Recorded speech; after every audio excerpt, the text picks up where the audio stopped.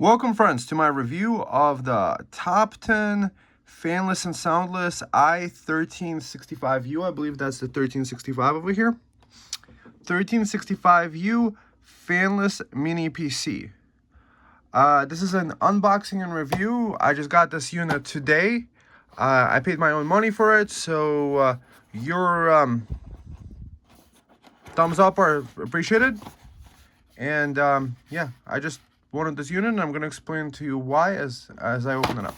So what do we have in this box? In this box we have a bracket, a mounting bracket for VESA mounting, some screws, it's either for the VESA or for the inside of the PC. We have a couple antennas, that's cool.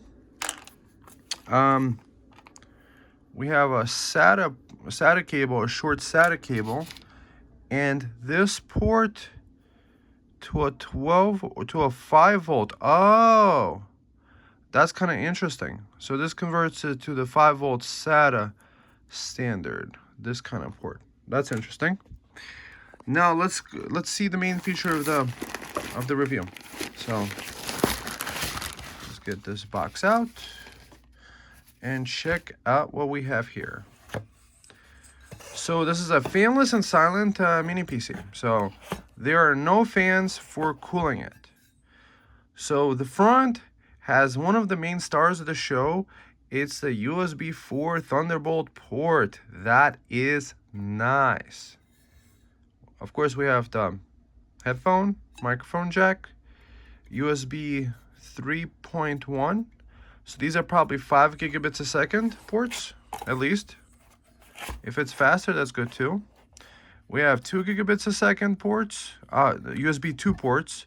So that's not even, it's like 480 megabits per second. So, and we actually have the ability to connect up to 3 displays here, 2 HDMI out ports and a display port, 2 2.5 gig ports, Wi-Fi 6 antennas.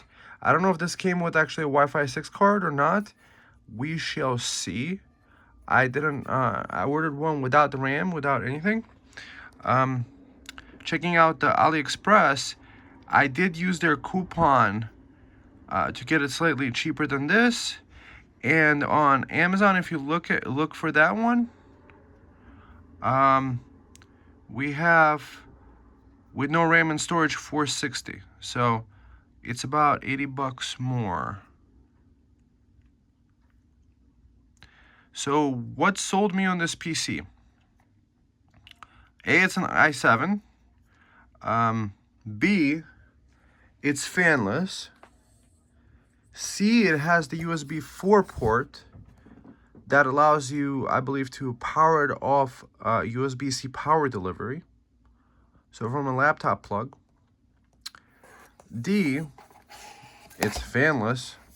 So you don't have to hear noise all night if you have it on, and if you have a server running. E, it has 2 NVMe slots.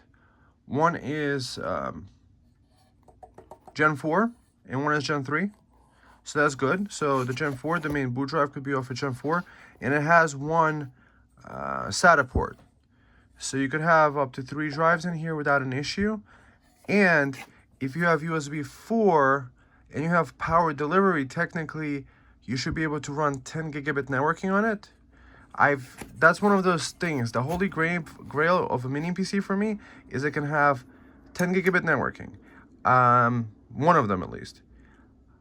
The issue that I've had with RYZEN PCs that have USB 4, like for example the 7940HS, I haven't been able to get 10 gigabit networking off the USB ports. So power delivery to the USB C ports on the UM790 Pro, it allows me to power the PC, that's great. However, if I connect a hub to it, a hub that allows you to have power, it would just like kind of crash. So I believe if I connected a USB, so that's my goal with this, to be able to have 10 gigabit networking, to have an ultra low power PC Look at that FinStack. That's beautiful. So passively cooled, so you don't have to hear the noise. That's one of those things that keeps me away from Intel is I think their chips run hotter and they draw more energy most of the time, except maybe they're low-powered chips. So this uses a laptop chip, which is great. And this also has Iris graphics. So what are the potentials for this? Probably Plex or MB or Jellyfin. Self-hosting of your own media. So like if you get DVDs, you could transcode them, which is really good. So let's see what else comes in the box. Well, the box actually had that nice Apple feel to it. The like kind of like the slow sliding effect. Let's see this guy. Yeah, slow sliding effect for you in action. So here's probably the power brick. Let's see the power brick. What do we have here? The power supply is a 19 volt, 4.74 amps, FCC certified. It doesn't have a UL listing, however, that's probably fine. 19 volts, standard, 5525 plug. So that's beautiful. So what also the potential with this PC is, what I love about mini PCs, is that you could take a converter to take a 12 volt power and convert it up to 19 volts and power this from a 12 volt battery, which is kind of cool. So as an internet appliance, this would be kind of cool. I'm wondering to see how smooth the video playback on these HDMI and display ports are, and how smoothly this thing operates. I'm pretty excited about it. You know, it would be cool to have a mini PC with 10 gigabit networking, which usually you can't get. Well, I do have the MS01. However, that has more heavy-duty CPU, and it has a cooling fan that is just so loud. I mean, I can't see in 2024, if your PC has to have a fan on it, the manufacturer did something wrong, or if you're building your own PC, you're kind of missing out on the quietness. Yeah, I know there's some music playing outside. However, I have no control over it. However, not having a fan under my ear while I'm sleeping is fantastic. So I like this unit. So let's quickly look at the processor information. So i7 1365U. So that's what I believe I have here is the 1365. You know, I can't tell you any different because that's what it said on the box. So we have an Intel 7 lithography. So this might be still a 10 nanometer chip. $426 recommended customer price. So I think this is actually, we're getting a good deal because look at the price of this processor. So it's not a cheap i7 processor. You know, it's always the top of the line. Their i7s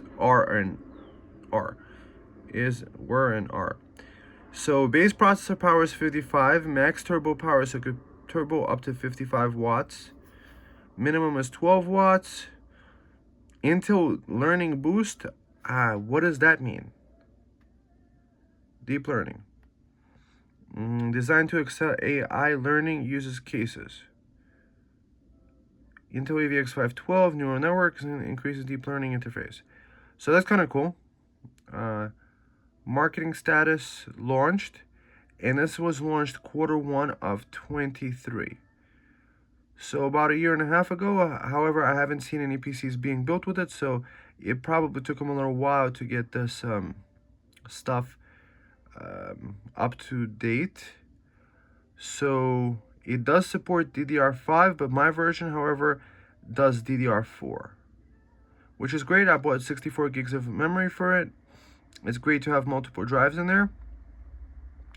I like that it has the Iris Xe graphics engine and execution units. I think that this is the higher amount that you could have. So that's good. Max resolution 4096 by 23. So that's 8K, I think.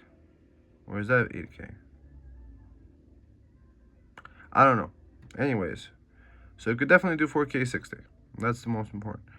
Multi-format codec engines, great. Intel QuickSync, that's nice. That's nice for the encoding, for Plex or ambient, things like this. Intel Thunderbolt 4. Thunderbolt 4. That's kind of nice. If we have Thunderbolt 4 in it, that's the latest Intel Thunderbolt revision you have. That's fantastic. Max Express lanes. That's kind of cool. 20. Max CPU T junction, 100 Celsius. So it could operate at 100 Celsius. Intel volume management. I don't know if you're getting any of this or some of this. Maybe you do. Wake on voice. High definition audio. I didn't even know they included the stuff in here. Thermal monitoring technology. Intel Flex memory. vPro Enterprise. Well, this PC I don't think has vPro. I believe that's extra. That would have probably been 100 or 200 more. That's what the MS01 has, and that's the benefit that it had. Let's see, Intel hardware legibility, control flow AES, secure key, Intel OS guard, boot guard, virtualization technology. That's good if you have, let's say, Docker. And if you want to run other things like Salad or other stuff like that for directed. And what can I say? I love my fanless PCs. I love that this turbo's up to 5.2 gigahertz. That's nice. So what's the plan for this review? Well, we gotta test it. We gotta see what it draws at idle. I'm gonna be using Windows 10. Hopefully, maybe I could run some Cinenbench. Get some CPU information on it. Get the hardware information. See if I could get 10 gigabit networking on it. Maybe run Crystal diskmark. Maybe run it on both drives at the same time, or at least one at a time. That, you know, most important is to see what power draw does it have when you're like pushing some of the limits through, say, let's say FurMark, or some of the other stress tests that I might be able to subject it to. However, what this is nice is quietness. Please, you know, this is what we need, is more quiet. I keep showing my main rig over here. It's kind of off right now, but you see that over there? That's the NHP1. You know, that's the size, half the size of the graphics card. But when you have a desktop PC, you definitely don't worry about it. So I don't have any fans that I have to bother with here.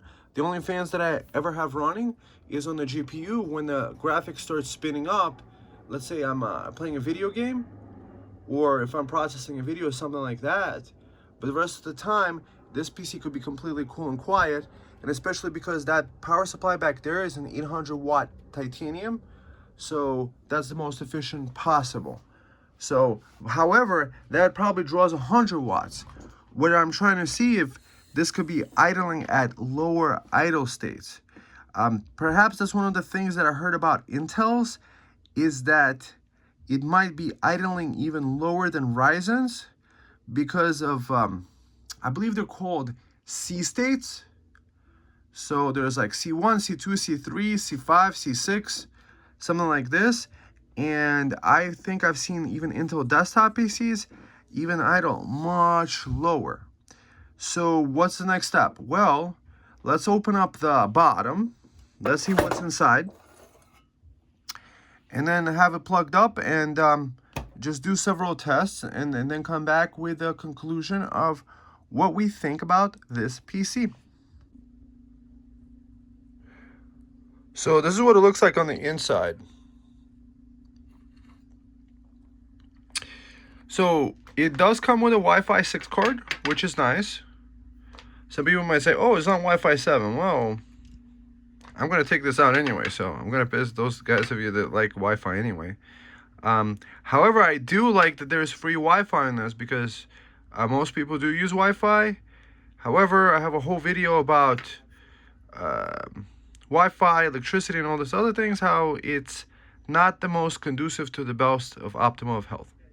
So, what I already was impressed with this this whole entire chassis being made of anodized aluminum.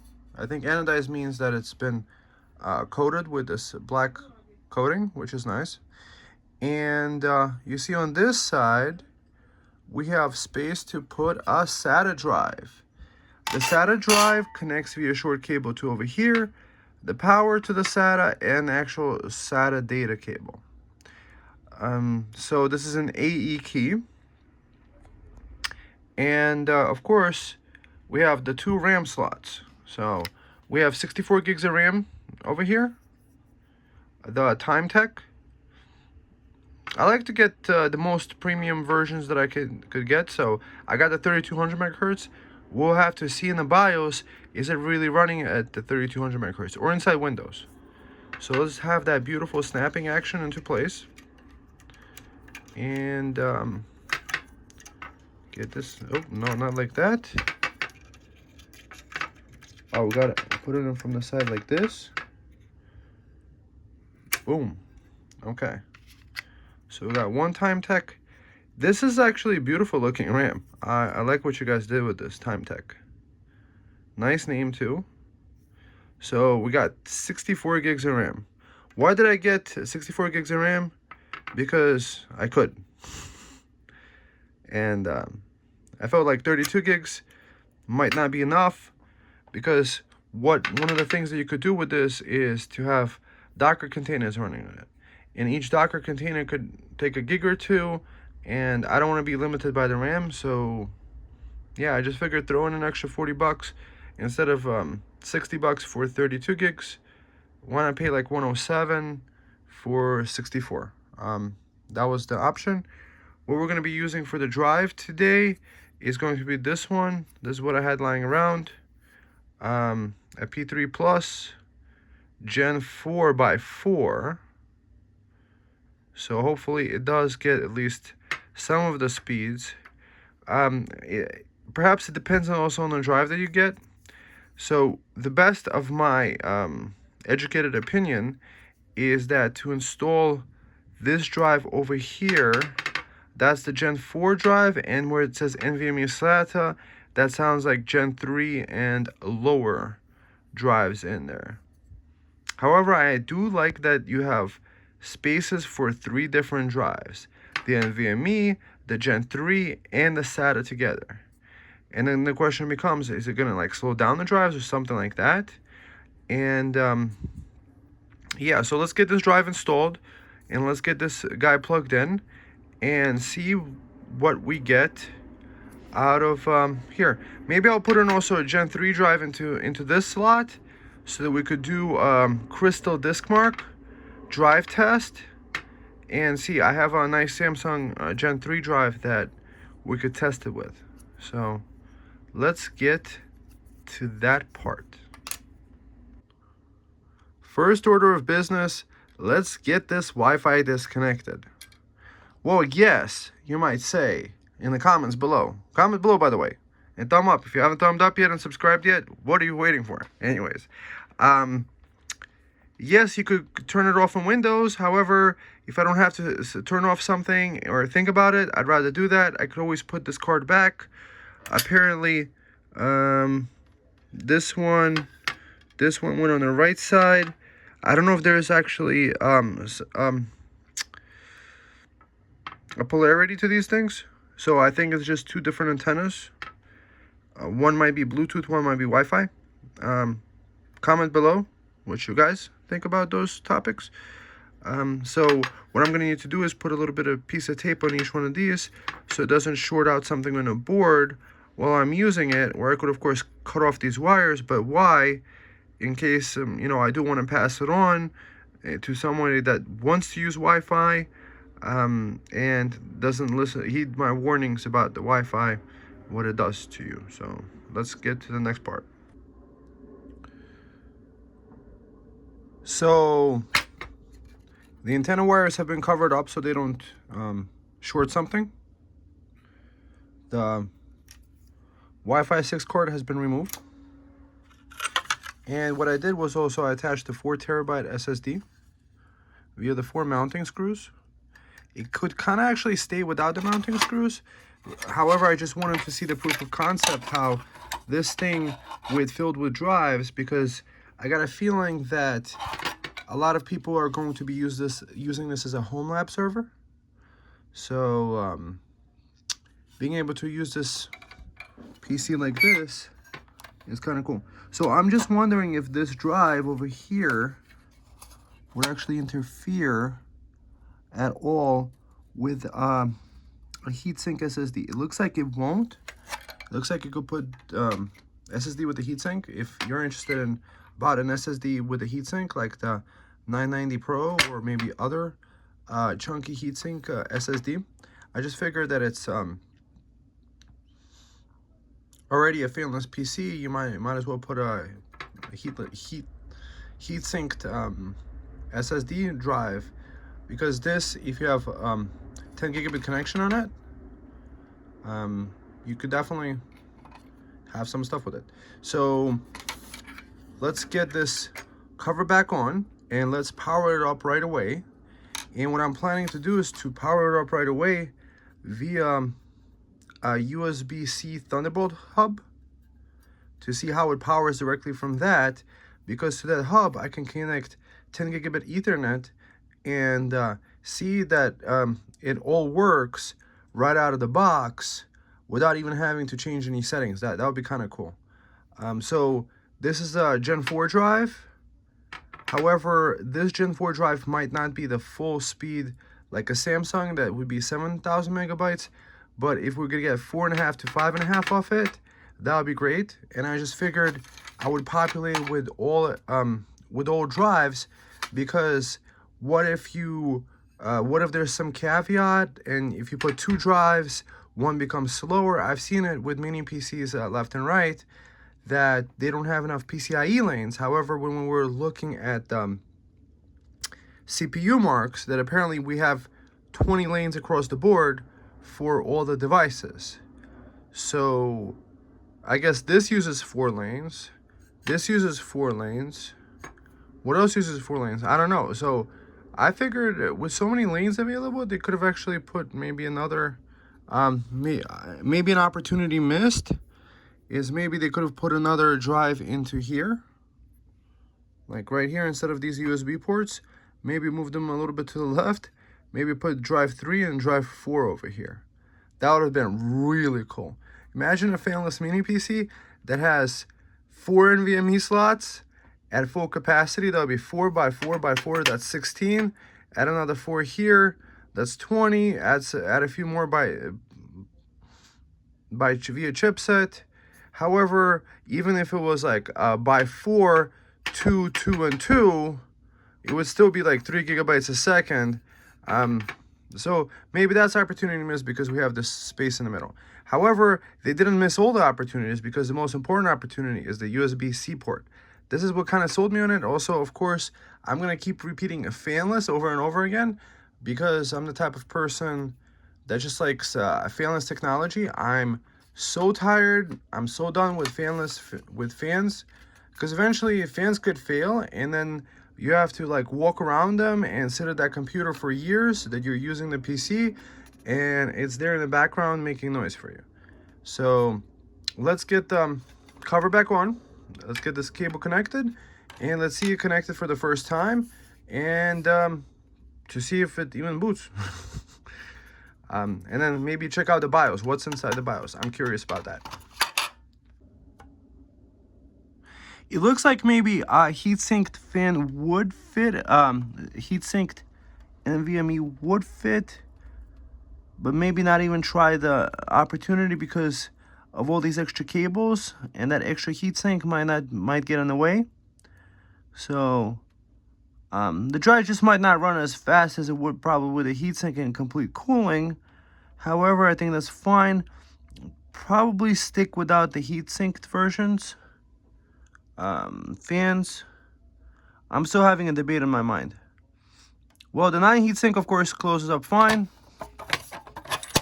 And yeah, let's get this cover on. So this is the system I'm going to be setting it up on. That's a 4K LG monitor on the left and a 1440p on the right. And it's currently connected to the GTR 7 Pro. The GTR 7 Pro is a 7940 HS mini PC, where I actually had to create this external 10 gigabit connection, 10 gigabit networking connection, in order to actually make it work with 10 gigabit. And of course, there's a fan on it. So possibly you wouldn't have to have this huge external thing. And in this device, I'm having to use up a PCIe slot in order to get 10 gigabit working. And it's currently connected, I mean, down here, making it kind of usable. However, wouldn't it be nice if I could just use USB 4 and just skip all that and just go straight to the finish line?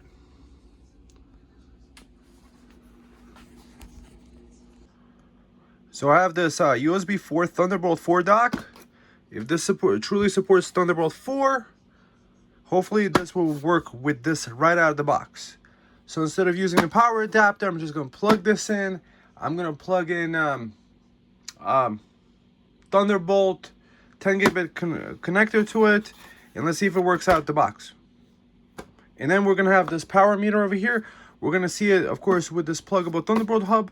However, if you have a device like this, that's probably the optimal use for this hub anyway, so you would want the total system power going through the hub.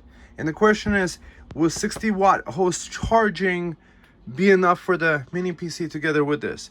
Perhaps it will, because most of the devices that it would pass the Thunderbolt power to are going to be connected to here. So let's say the 10 gigabit connection and maybe Thunderbolt other devices, or high speed, or a couple hubs connected to this, it should be more than enough power. So let's see how it works. Let's look at this hub real quick. Pluggable, it's a pretty good brand. And I also have an Anchor version too. I just figured I might as well test this out. It's 20 volts, 5.5 amps. So you could technically use a USB-C brick, a USB-C little brick like this that I have here to power that. So, however, you would need to modify the charging brick, the barrel port for that. So, hopefully this works. That's kind of cool that this came in a box. It looks like you could take one of the Thunderbolt ports and actually connect another monitor through there. So you could kind of have that extra monitor, have your cake and eat it too, by having this, doing a 10 gigabit and maybe another monitor. However, we do have to think about bandwidth limitations. 4K 60 monitors might take a lot of bandwidth, so maybe you could have both. I don't know, haven't tested it. However, if I do get my 10 gigabit working, that's already going to be a win, especially if this powers this PC right through that USB-C port. What's nice about this power supply over here is you see this UL listed. I believe that's the highest quality certification you can. So by using this power supply through the hub, you might actually be getting a higher quality, more safe power supply than the one that just says FCCCC. That's like the Chinese certification. So this UL, if you're seeing this on your devices, that's a good sign. Okay, friends, so we're getting that optimal experience. This cable over here goes to the 4K monitor over here, to the LG 4K 60 monitor. This is to a fiber optic SFP plus port, and this one, of course, the Thunderbolt 3/4 cable to the USB port in the front, and this display port goes to this guy. So fingers crossed. I haven't turned it on yet. I just decided to plug everything in, and if it works out the box, 2 thumbs up, guys, please.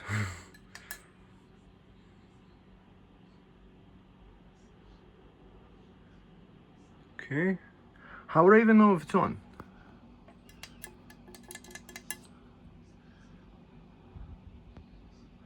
Maybe power delivery has to be enabled in the back. This guy is on. Maybe this port is not fully plugged in. No.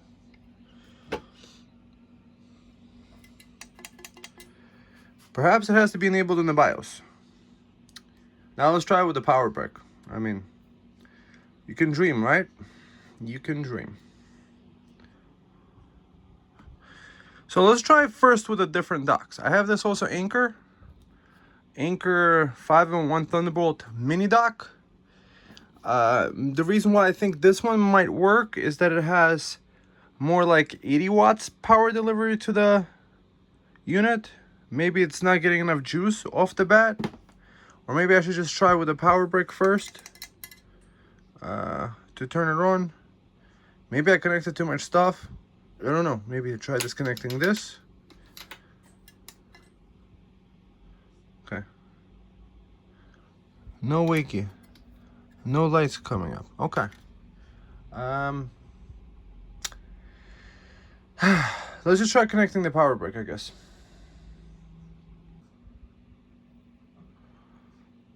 Trying it with a different Thunderbolt hub. No, it's not running out of the box with you via power delivery out the box. I just needed to throw some stuff against the wall to make sure that it wasn't that, you know, guys, with tech, it's a process of elimination sometimes. So now let's just get to using that power brick, and then afterwards we'll figure out how to not use the power brick anymore. We're just gonna still put it in the same power meter because if we have 10 gigabit networking and all this other attached devices connected to it, we want to measure the total system draw either way. So let's get to the next step. So everything powered off. I haven't pressed the power button yet. We're looking at a draw of 3.2 watts with this guy. This guy was at least drawing half a watt, and it looks like the PC, it has like USB ports inside. That's a similar thing that I have to my desktop computer. So 3.4 watts. Now, fingers crossed, will it turn on? There you go. It's turning on for the first time. What do you know? Okay, turning on. We got 24 watts. Which screen will come up first? We shall see. Which screen? Which screen will boot? Which screen will boot? Which screen will boot? 26.7. Somebody got a boot. Is this guy even turned on? There you go. I think it's display port. Okay, AMI and AMI on that screen. Okay, nice. Uh-oh, I think I might have Windows 11 on that screen. Will it boot? So first time booting, guys. First time booting with you guys. So this looks like it's booting to Windows 11. And Windows 11 is not what I want, but let's see if we could go to delete. Getting devices ready.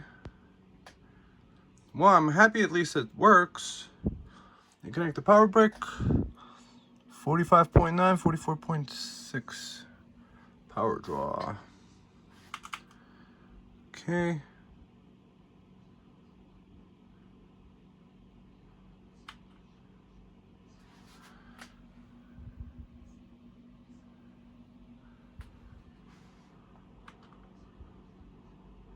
Nice. Nice. Windows 11. Oh, man. Also, guys, I'm not pro Wi-Fi, and I'm not pro Windows 11. So, what do you know? Okay, so at least it does boot up. That's fantastic. So let's just get to the next step. F10 won't let me boot into there because I had a drive with Windows 11 on one of the drives. So what we're going to do is we're going to plug in RYZEN, or at least test it out that it works without the RYZEN. And we need to get into the BIOS. So we're finally in the BIOS. So here's what it looks like.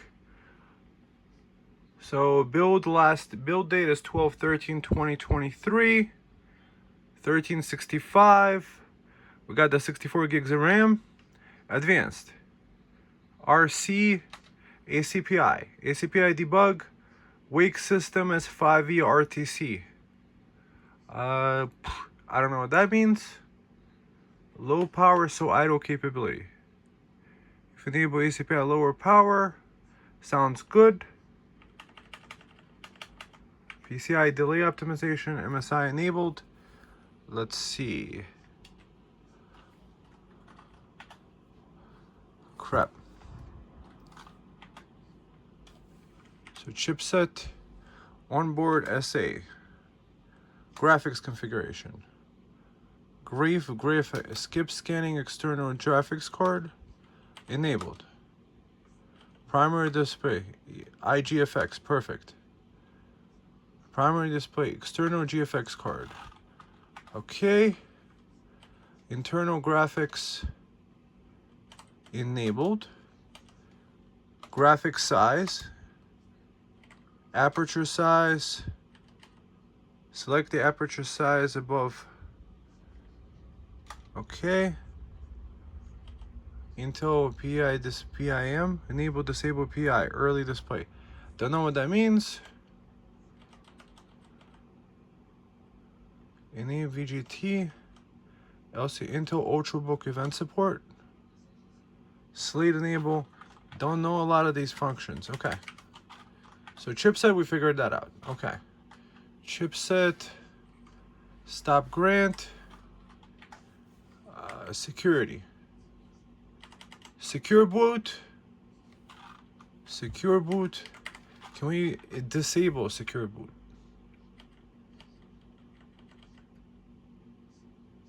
Okay. Security. Okay, so I do have okay, boot timeout 1. Quiet boot. Let's do a disable of the quiet boot. And disabled. And disabled. I guess Windows Boot Manager. Let's just disable all this stuff for now. Main. A CPU configuration. D6 DRAM. Moving to DRAM contents to the PRM memory. CPU flex ratio. Don't know what that means. Hardware prefetcher technology. Looks like it's all enabled. Machine check. Intel trusted execution technology. Good. It's off. Total memory encryption. Off. Power and performance. GPU power. Boot performance mode. Turbo. Okay, so we're gonna do speed step is enabled. You can configure options.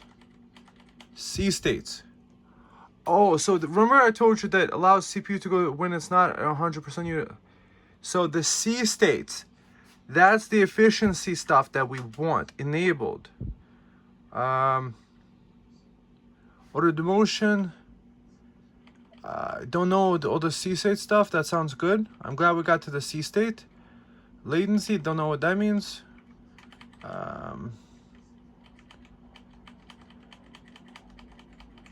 Okay.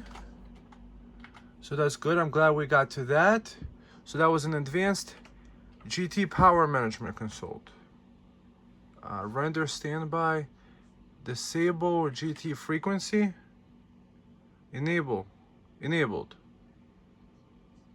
Disable GT frequency is not limited.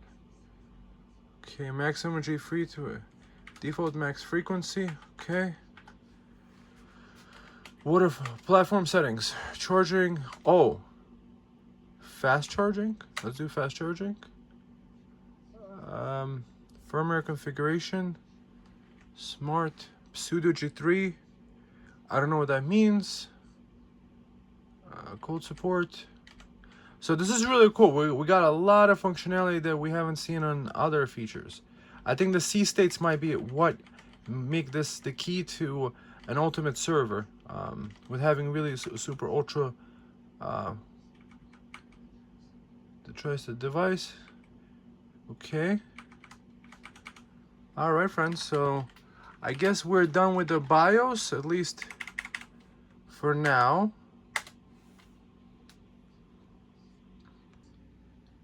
So interesting thing I discovered with this PC, I guess unless you take the drive out, see restart, it says press delete or escape. So here's the keyboard. I'm going to be hitting delete. And it doesn't matter if you use the ports back there or in the front to get into the BIOS. So I guess once you have the, I guess it doesn't care. It doesn't want to do that. So I'm hitting delete over and over and over again. Goes right into Windows. So that's one thing to watch out for with this PC. In summary, I couldn't get my Thunderbolt working correctly. I tried even installing Windows 11 on the separate drive. I now flashed the Windows 11 from that drive because I realized it wasn't a working situation. Windows 10 is the way to go. This is not a holy grail. So apparently, I think it might be a Windows issue, because on this one has 2 or 3 USB 4 ports. They have an issue with Thunderbolt connections also. So I decided to just go for the tried and true method of connecting something like this, an adapter like this, PCIe connector, into the second slot. So here's the plan that I'll do later, is to put this this guy into that slot, and that extra port cut out the back here and screw on this port and get 10 gigabit networking right above this whatever is that, an HDMI output, and take off, of course, you know, I'm not using these wireless antennas anyway. So that's the way to, I think, get the 10 gigabit networking, is to the tried and true method via PCIe. That's what I did with this mini PC. There's a card like this, a PCIe card, that's installed there to the wire. And you see over here, it's a little bit of a jank setup to one of these. So it goes to here, and it needs also a SATA power. It needs 12 volt SATA power. So I have a power brick connected to it to give it power. And this is a fiber optics thing. So this is a little bit jank setup. However, it does to get the job done. You do get 10 gigabit networking on it. For me, 10 gigabit networking I think is important, especially for a server PC. So that's the plan with it.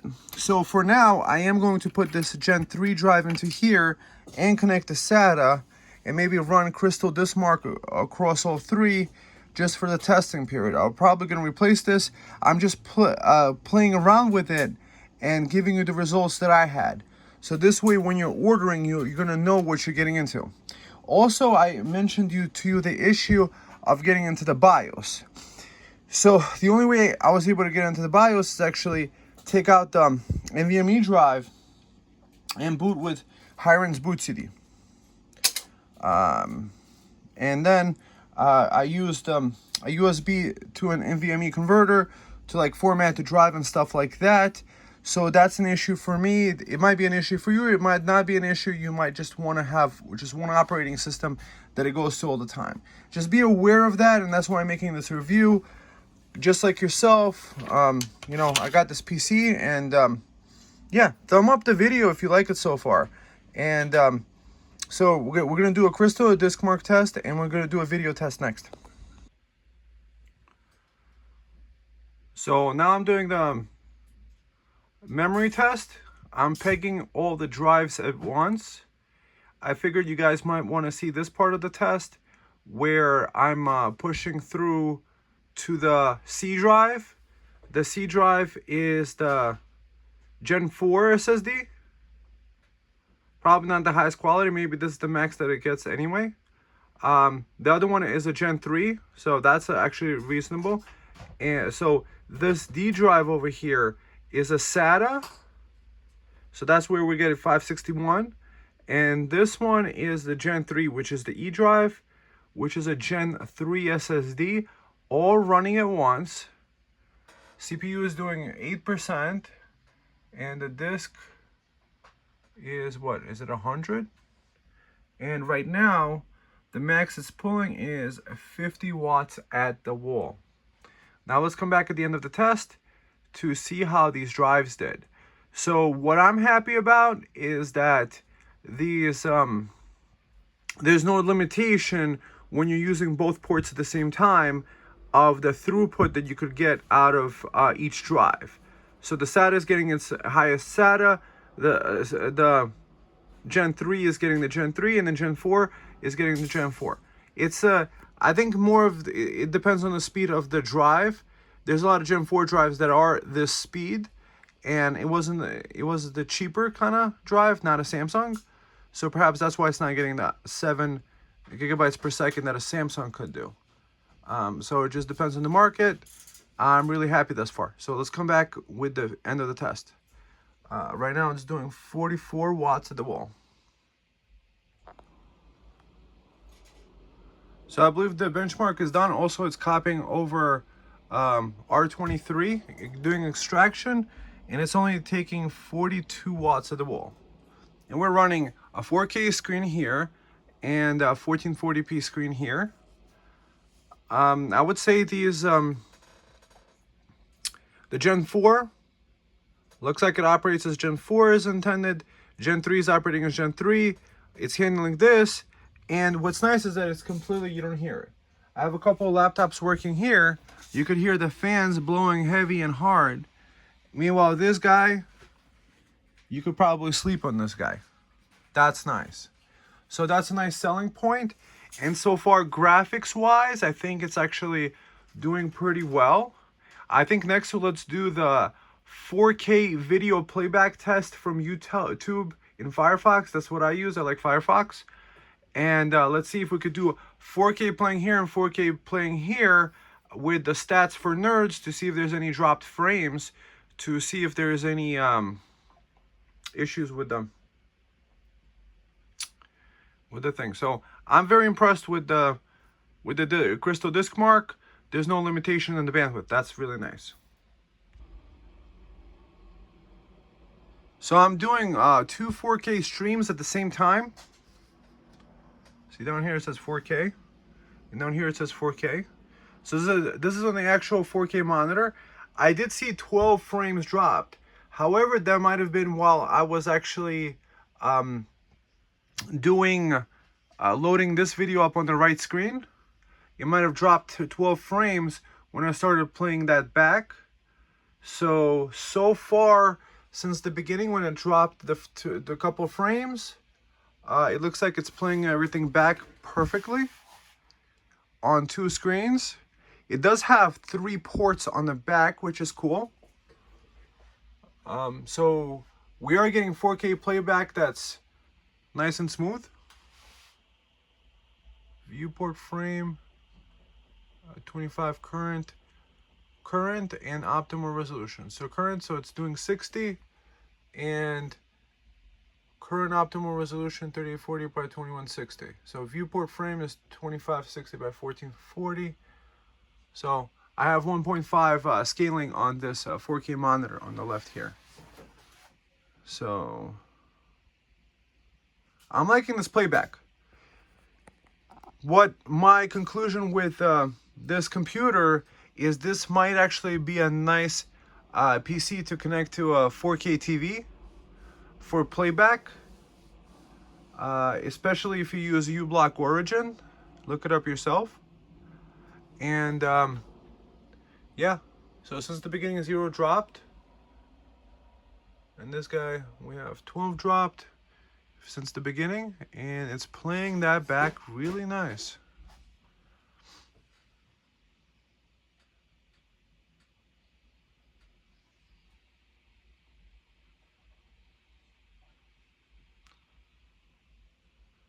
It says 0 dropped. However, I think this video might be recorded at 30 frames a second. Maybe that's why some people's drones are only 30 frames a second. It depends on the quality of the footage too. Look at that on that 4K monitor. That's beautiful. So if you want to watch some 4K content on YouTube, I think this is nice. Across a couple of screens even. So still 0 dropped since the beginning. It's playing nice. And let's see GPU.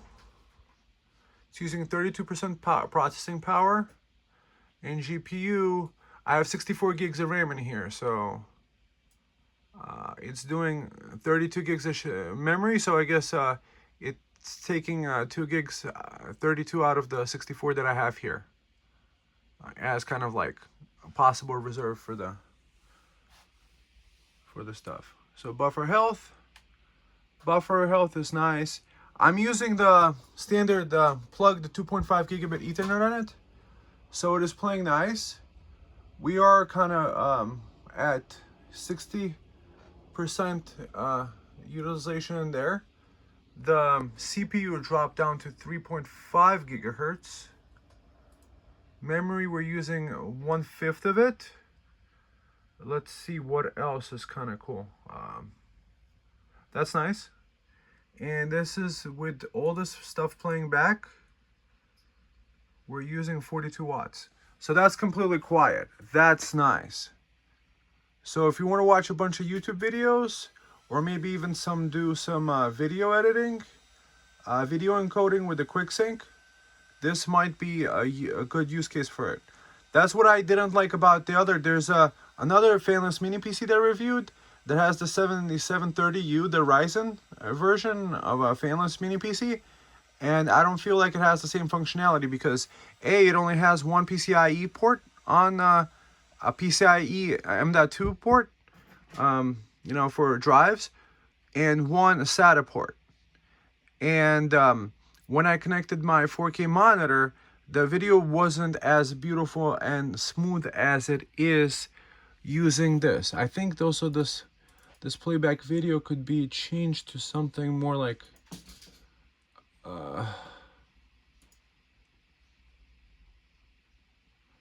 so we got Switzerland now. We got this one. I guess that depends on the thing. Beautiful, relaxing Ireland. Okay. So we do have the 4K playing. And then you could also connect the third monitor. So because I couldn't get the stuff running over Thunderbolt C, I'm kind of okay with it. Because the Thunderbolt C is more used for like laptops and stuff. So if you have several monitors, especially if your monitor is like 1080p, that could run it. If you could do 4K video playback like this and run it so nice like this, I'm really happy. Oh, we did have some frames dropped. However, I think it's when you load a fresh video, because I switched up the videos on the right side. I guess it drops it when you switch up videos. But this playback is, I would say, very enjoyable. Very, very, very enjoyable. So these are the settings I'm using for the Unigine Heaven. I'm just leaving the quality at high. And multi-monitor disabled, anti-aliasing. I left all that stuff up and I set the resolution to 1920 by 1080.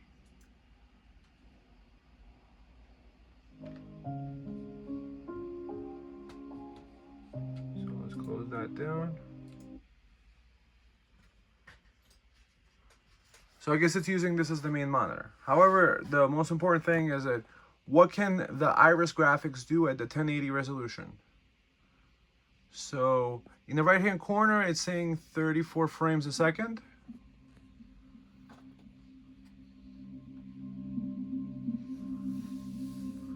With high settings.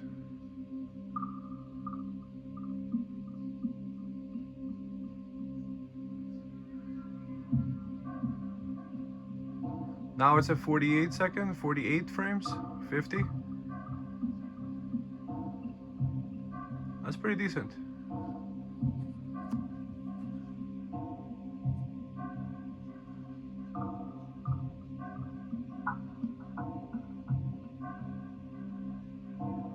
Yeah, it's an old benchmark, however, it's a good way to test things.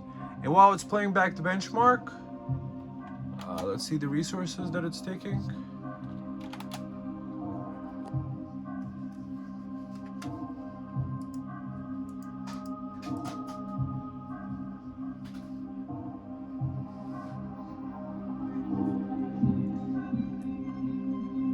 So 40 watts, playing that back. That's pretty nice. Maybe I should have done this in the beginning. I'm installing the Intel graphics driver. Perhaps maybe that might affect certain benchmarks, scores much more. So total of the power, the computer is using about 36 at the wall. That's actually pretty decent. Doing a big install, 58%. So it does drop down to 3 gigahertz. And oh, we gotta test the temperature of this guy. What it's doing when it's running through all these tasks. What is the temperature on top over here? So after being stressed out for a little while, let's see what the temperature of the computer is. At the top, 140, 143, 146. So definitely hot to the touch. That's Fahrenheit, by the way, guys. Celsius, 100, I think, degrees is boiling. With Fahrenheit, I think it's 212 for boiling. So 140 at the top. So do not put your hand here. Oh, that does get hot. That is kind of scalding hot. I think 130 degrees Fahrenheit is scalding. That's why there's a temperature limiter, I think, on heating elements on residential water heaters to like 110. I think. So. Now let's test the Cinenbench R23. What are we gonna get in regards to the results? Let's do CPU multi-core.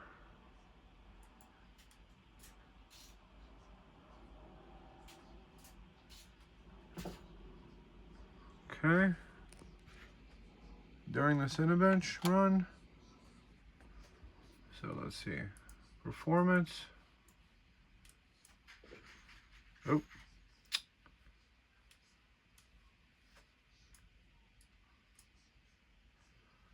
So it's actually running slow at 100%.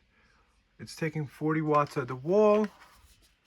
Let's see. And temperature wise, it's at about 142. Let's see, it's doing that table test. We'll see where this guy stacks up among the different kind of CPUs. What is going to be the score? I'm excited to find out. So that's the score that we got. 52.33 points. So no, it's not like the higher end CPUs. It's way behind even the Ryzen 7 1700X. However, it did draw less power, and it did have no fan.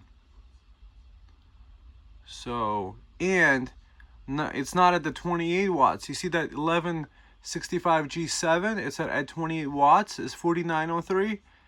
I believe this one is at 15 watts TDP. So now let's check CPU or hardware info. So this is what hardware monitor is telling me. While it's doing this, 23 watts. Let's see. P cores, E cores. So we got 4 performance cores and 8 E cores. Utilization 12%, speed rate, airflow. Oh, so the Samsung is at 48 Celsius. Okay. 63 Celsius for this one. Okay, so I believe that's the SATA, this one.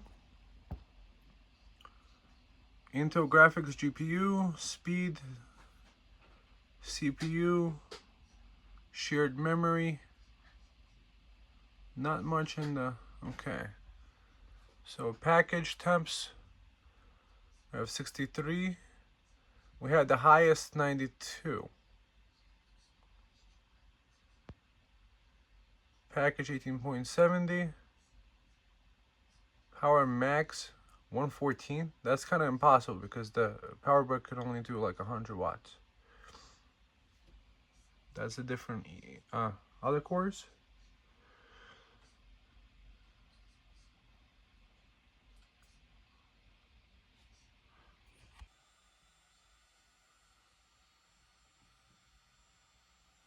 So the video playback looks fine to me. I think this guy just splices his video up a lot, and he skips out a lot of things out of his video. So unlike with him, you get my videos uncut. So down to the conclusions of this review, unboxing, testing, stuff like that. I did the best I could with the different tests, and at least best to explain what I found and the use cases for it. So I probably explained that this could be as a file server. I'm going to tell you what I do like about it. Well, I do like that it has multiple ports regarding the display port, 2 HDMI ports, and a display port on the back. That's really nice. Oh. So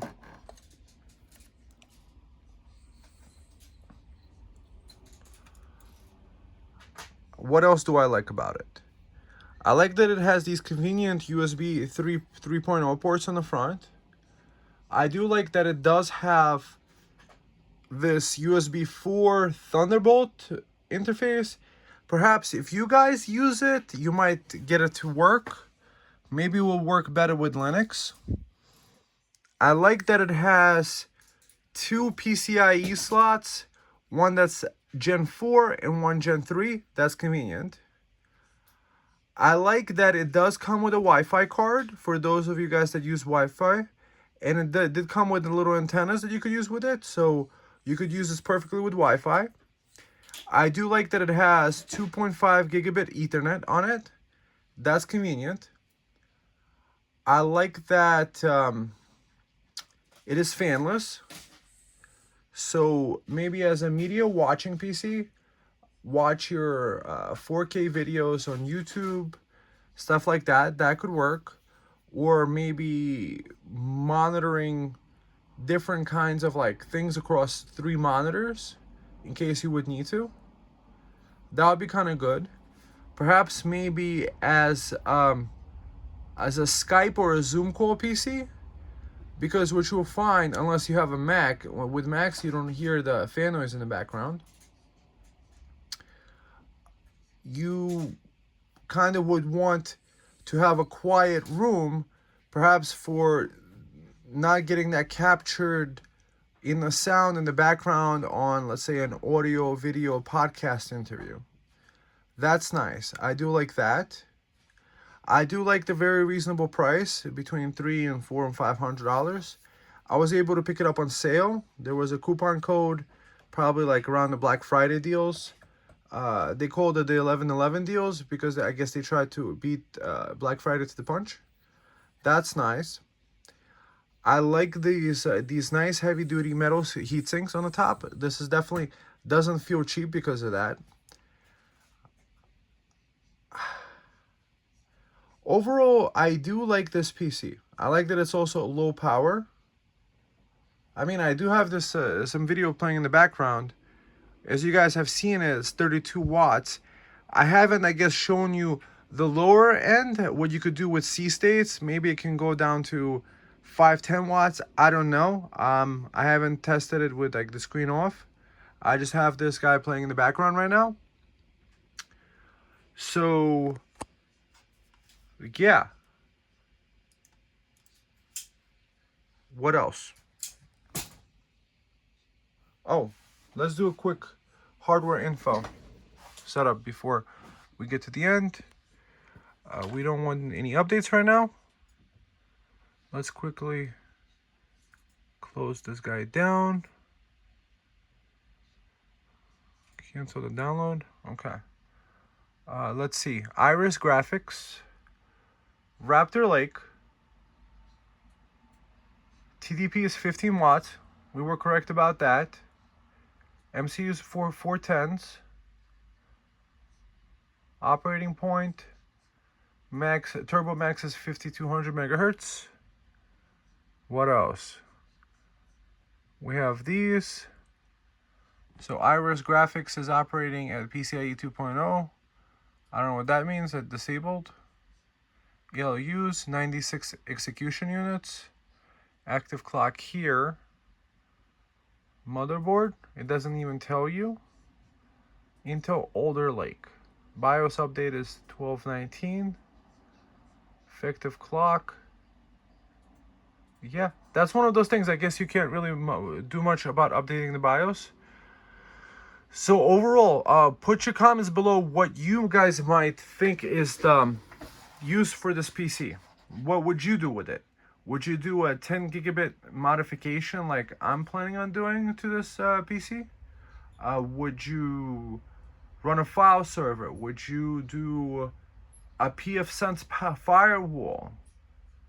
I believe for pfSense firewall, it might be a waste if you're just running on bare metal, unless it's a virtualized one inside Docker or through Proxmox, something like that.